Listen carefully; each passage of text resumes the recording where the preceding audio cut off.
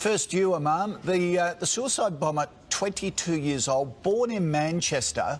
How do these young people get radicalised? Good morning. Basically, we need to be very realistic when dealing with this matter.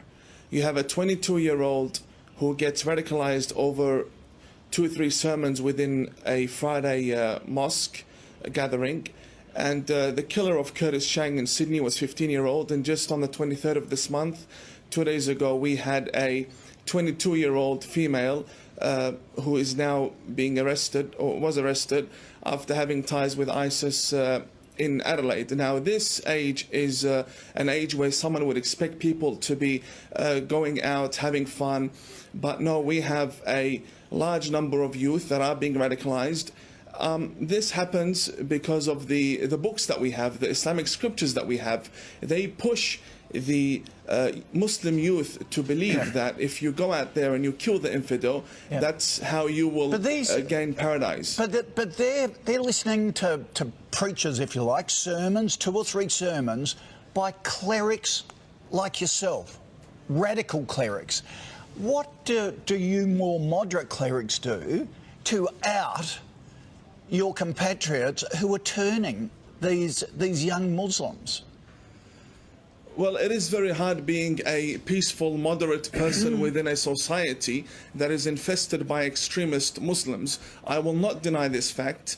We have a large number of Muslims that are extremists, even in Australia, and we see them when they come out in the Sydney riots, and we see them attacking the police. So we're being infested by radical clerics here in Australia?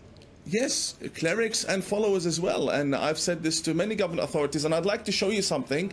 I bought this 2 days ago from a shop within Melbourne. This is Al-Qaeda's flag. These are stickers that are being sold for a few dollars. They have them on their windscreens. They have them everywhere. Now, I know that these things can be obtained from anywhere, even online or even on the internet. But when you have stores openly selling these items with full audacity and creating this jihadi atmosphere for the youth to put on their cars, fully modified cars now, instead of having stickers. So you're saying, do you believe our authorities should have more powers to get rid of these radical clerics and paraphernalia like that? I think we've got to get tougher. I think our authorities have misunderstood the situation. They have good relationships with the Muslim community, but having good relationships with the Muslim community does not necessarily mean you have control over them and that you can prevent a lone wolf attack. Yep. Jamal, you've constantly condemned many acts of terror. Do Muslim leaders have to be more vocal? The Prime Minister and the Foreign Minister yesterday were surprised that Muslim leaders were silent yesterday on this whole issue. Do you have to be more aggressive, or do you live in fear? Look, we don't live in fear. We live in a very peaceful country. I don't know where the Imam got his information from. First of all, these scriptures existed for hundreds of years. They didn't incite for violence or terror act. It is an ideology of the so-called Islamic State and Daesh, and they are actually targeting the vulnerable young people, impressionable people. But we are Australian. Our Prime Minister has expressed the feeling of the nation, and that includes Australian Muslims. Our Grand Mufti only yesterday, our Grand Mufti have condemned this act. We have shouted from the rooftops our condemnation of these acts. Now, Imam, what more can we do? Only last Jamal, week... Imam, you're shaking your head.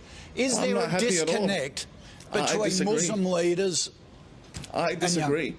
I disagree. We have a situation where there is a month doesn't go by without a terrorist attack happening somewhere around the world. And for the past 1,400 years, we have had a religion of war. That's exactly what we have had. This is not something I'm imagining. These are facts. We've had many wars. How did Islam spread from Saudi Arabia down to Indonesia and Bosnia? All spread by the sword. We had many wars. And for someone to come and say these Islamic scriptures have nothing to do with it, I mean, that's against the facts. That's not true. The Islamic scriptures is exactly what is pushing these people to behead the infidel. Let me tell you something. The people that are beheading, that the person that killed the young girls in Manchester did so believing he was going to dine with the Prophet Muhammad that very night. And that is because the Islamic scriptures... That's not true. There is nothing... There is nothing in Islam that will justify... Do not lie to the Australian nation. Listen, we have there is in our nothing books in the Islam teachings that will of Ibn justify killing innocent teach people. to behead people and to These kill and people massacre are people. going You straight- cannot sit there and lie to the Australian These people. people are No, going wait straight a second. into the I came here hang on, let's get believing that right you are a off. moderate person. Do not lie to